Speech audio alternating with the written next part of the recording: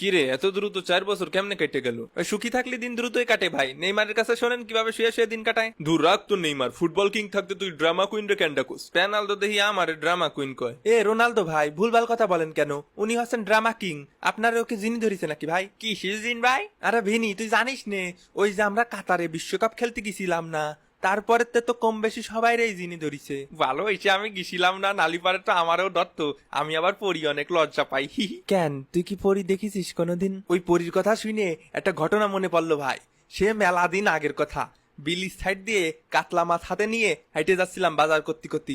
হঠাৎ এক বিশাল সুন্দরী পরীর সাথে দেখা। আমি তো প্রায় অজ্ঞান অজ্ঞান হয়ে যাব ভাব। তা জিজ্ঞেস করলাম, ও হে সুন্দরী পরী, তুমি কি হামাক বিবাহ করিবে?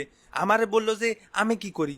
আমি বললাম যে আর্জেন্টিনা জাতীয় ফুটবল দলের খেলোয়াড় আমি। তা আমারে কলো যে সরি, সরকারি চাকরি ছাড়া বিবাহ করবো না। আমিও বললে দিছি মুখের উপর। কি বললে দিলেন ভাই? বলিসি যে সরকারি চাকরি পালি তোরে কেন বিয়ে করবো। ভাই আমাকে গ্রামে একটা ভালো মেয়ে আছে, বিয়ে করবেন নাই? এই কু